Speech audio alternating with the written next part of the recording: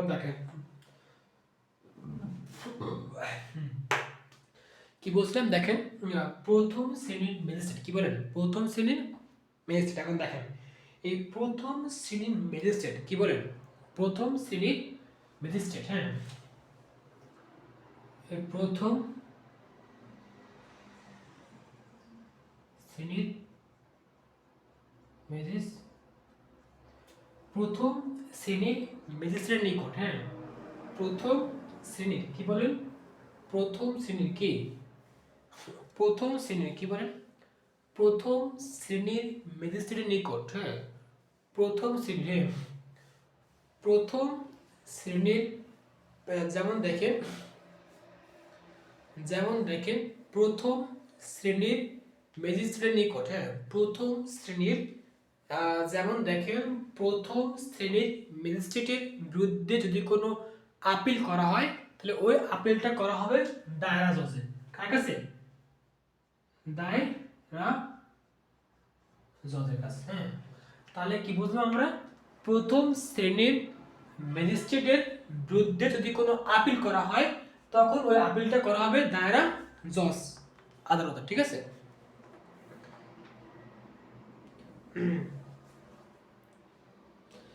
এইগুলো এই, ঠিক আছে। তাহলে দ্বন্দ্বের বিরুদ্ধে আপিল, দ্বিতীয় শ্রেণীর, হ্যাঁ দ্বিতীয় শ্রেণী, তৃতীয় শ্রেণী, প্রথম শ্রেণী মেয়ে দায়রা জজ। দেখেন প্রথম শ্রেণীটা করতে হবে দায়রা জজ। হ্যাঁ, দেখেন দ্বিতীয় শ্রেণী আর তৃতীয় শ্রেণী মেয়ে, হ্যাঁ দ্বিতীয় শ্রেণী এবং দ্বিতীয় শ্রেণী এবং তৃতীয় শ্রেণীর ম্যাজিস্ট্রেট।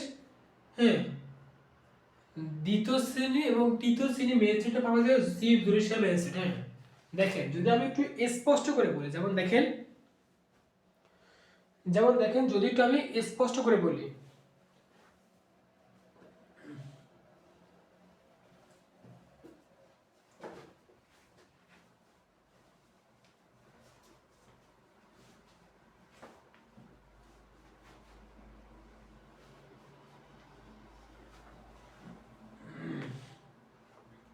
যেমন দেখেন যদি আমি একটু স্পষ্ট করে বলি, যেমন দেখেন